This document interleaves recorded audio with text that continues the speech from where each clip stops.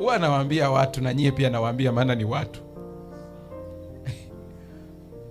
Unapoomba, acha tabia ya kumuomba Mungu vitu. Unachemka. Usimuombe Mungu vitu.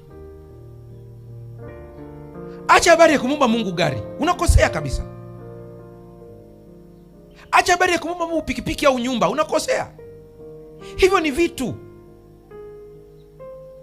Acha na hizo story hizo. Sasa pasa tumuombe Mungu nini? Muombe Mungu baraka inayoleta hivyo vitu. Kwa sababu ukapewa gari bila baraka, utakosa hela ya service.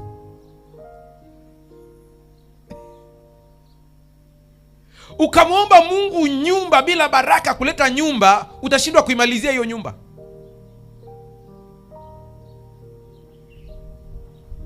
Kama umenielewa, nipungie mkono. Badilisha ombi lako kuanzia leo. Hatuangalii mali ulizonazo, tunaangalia Mungu uliye naye. Huyo ndiye wa msingi.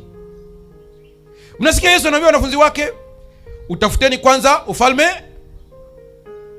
na haki yake, hayo mengine yote ni nini? Ndazidishiwa. Ufalme wa Mungu hauji kwa kuchunguzwa, bali ufalme wa Mungu umo ndani yenu. Ukiwa na ufalme wa Mungu ndani, unapata favor, unapata upendeleo.